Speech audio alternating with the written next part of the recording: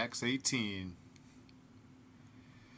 After these things Paul departed from Athens, and came to Corinth, and found a certain Jew named Aquila, born in Pontus, lately come from Italy, with his wife Priscilla, because that Claudius had commanded all Jews to depart from Rome, and came unto them. And because he was of the same craft, he abode with them, and wrought. For by their occupation they were tent makers. And he reasoned in the synagogue every Sabbath, and persuaded the Jews and the Greeks. And when Silas and Timotheus were come from Macedonia, Paul was pressed in the Spirit, and testified to the Jews that Jesus was Christ. And when they opposed themselves, and blasphemed, he shook his raiment, and said unto them, Your blood be upon your own heads. I am clean. From henceforth I will go unto the Gentiles. And he departed thence, and entered into a certain man's house, named Justus, one that worshipped God, whose house joined hard to the synagogue.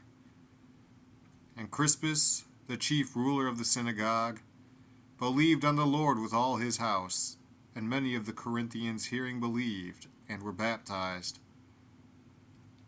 Then spake the Lord to Paul in the night by a vision, Be not afraid, but speak, and hold not thy peace. For I am with thee, and no man shall set on thee to hurt thee, for I have much people in this city. And he continued there 1 year and 6 months, teaching the word of God among them. And when Gallio was the deputy of Achaia, the Jews made insurrection with one accord against Paul, and brought him to the judgment seat, saying, This fellow persuadeth men to worship God contrary to the law.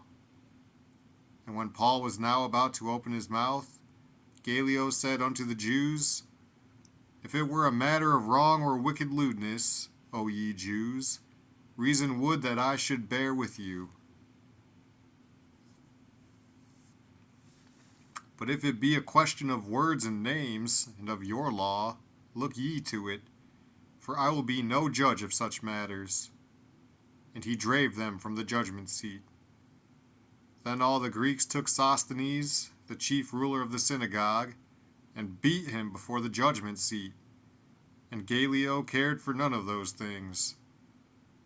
And Paul after this tarried there yet a good while, and then took his leave of the brethren, and sailed thence into Syria, and with him Priscilla and Aquila, having shorn his head in Cenchrea, for he had a vow. And he came to Ephesus, and left them there, but he himself entered into the synagogue, and reasoned with the Jews.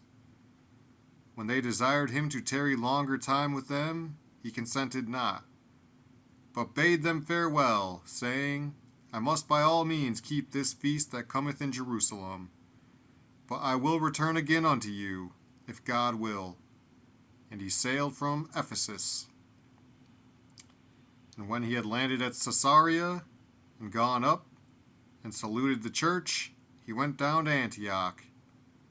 And after he had spent some time there, he departed, and went over all the country of Galatia and Phrygia in order, strengthening all the disciples. And a certain Jew named Apollos, born at Alexandria, an eloquent man, and mighty in the Scriptures, came to Ephesus.